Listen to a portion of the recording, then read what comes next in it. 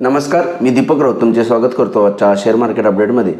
आज मार्केटनं सुरुवात परत पुन्हा गॅप डाऊन ओपनिंगनं केलेली आणि जो आपले महत्त्वपूर्ण सपोर्ट 22,750 800 ऑलमोस्ट त्या लोअर लेवल्सला सपोर्टला परत पुन्हा टेस्ट करण्यासाठी आज मार्केट आलं।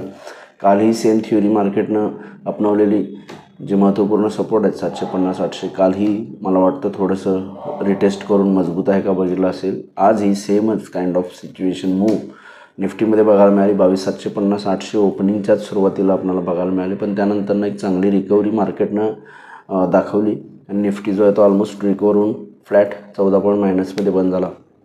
बँक निफ्टी 170 पॉईंट मायनसमध्ये बंद झाली, पण ओव्हरऑल गेले 2 दिवस ज्या पद्धतीनं मार्केट रिकवर होते मला वाटते FIची विक्री थांबली तर मला वाटतं निश्चित मार्केट वर जाऊ शकतं। पण सरप्रायझिंगली आज FIचे बाईंगकडे आहेत 4,700 करोडचे FIजनी बाय केलं, त्या बाजूला 3,070 करोडचं DIजनी पण बाय केलं आहे। दोन्ही इन्स्टिट्यूशनल्सनी बाय करूनसुद्धा मार्केट खाली आहे। याचं रिझन एक येऊ शकतं की मार्केटमध्ये मार्जिन कॉल्स ट्रिगर झालेत रिटेल इन्व्हेस्टर्सचे, इंडिव्हिज्युअल इन्व्हेस्टर्सचे, ज्यामुळं मार्केटमध्ये सेलिंग बघायला मिळते। कारण बरेच mid cap small cap stock जे आहेत आणि फ्रंटलाईन स्टॉक 20% खाली आलेत।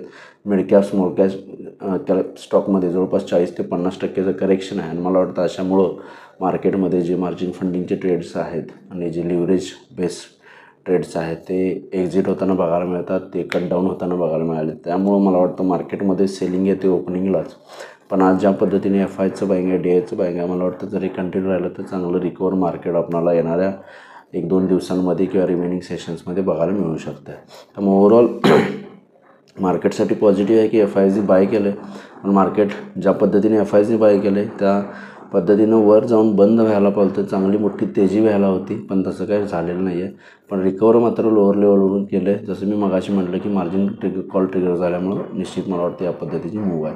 मग उद्याच्या सेशनसाठी परत पुन्हा 22,750 800 हाच एक सपोर्ट आहे। जोपर्यंत तो इंटॅक्ट आहे तोपर्यंत रिकव्हरीच्या होप्स आहेत।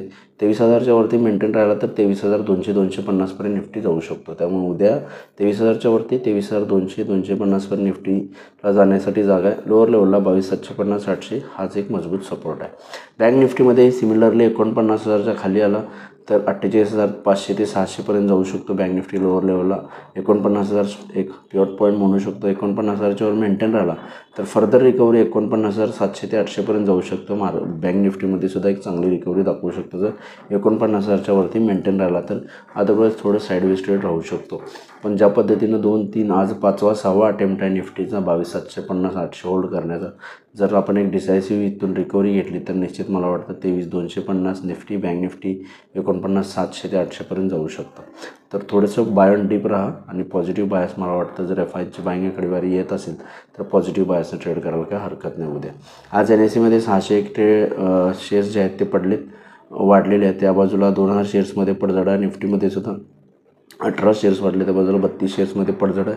जसं मागाशी म्हटलं पडणाऱ्या शेअर्सची संख्या जास्त आहे, मला वाटतं मार्जिन फंडिंगमध्ये सेलिंग येते ब्रोकर्स लेवलकडून इंडिव्हिज्युअल इन्व्हेस्टरचं।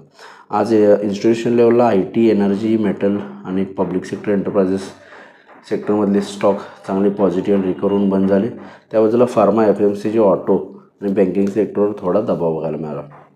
ग्लोबल मार्केटचं काही फारसं रिझन नाही। युरोपियन मार्केट्स नवीन हायच्या आसपास ट्रेड करत आहेत, फ्लॅट आहेत, पॉझिटिव्ह साईडला ट्रेड होत आहेत, 10-20 पॉईंट प्लसमध्ये आहेत। बँक डावजन्ससुद्धा 50 पॉईंट मायनस आहे। गेले 2-3 दिवस डावजन्स थोडंसं निगेटिव्ह टेरिटरीमध्ये आहे, पण ओव्हरऑल बऱ्यापैकी रिकव्हरी मोडमध्ये आहे। पण आपल्या मार्केटमध्येच फक्त सेलिंग होताना आपल्याला बघायला मिळते आणि मला वाटतं जर FIचे बाईंग आकडेवारी आज आले तशी उद्या आले तर मला वाटतं चांगलं रिकव्हरी मार्केट उद्या दाखवू शकते। तर बघूया उद्या मार्केट कशा पद्धतीनं बिहेव होते। माझा व्हिडिओ ऐकला त्याबद्दल धन्यवाद। माझा व्हिडिओ जास्तीत लाईक करा, शेअर करा, माझ्या चॅनल सबस्क्राईब करून डेली अपडेटसाठी बेल आयकॉनला क्लिक करा। धन्यवाद।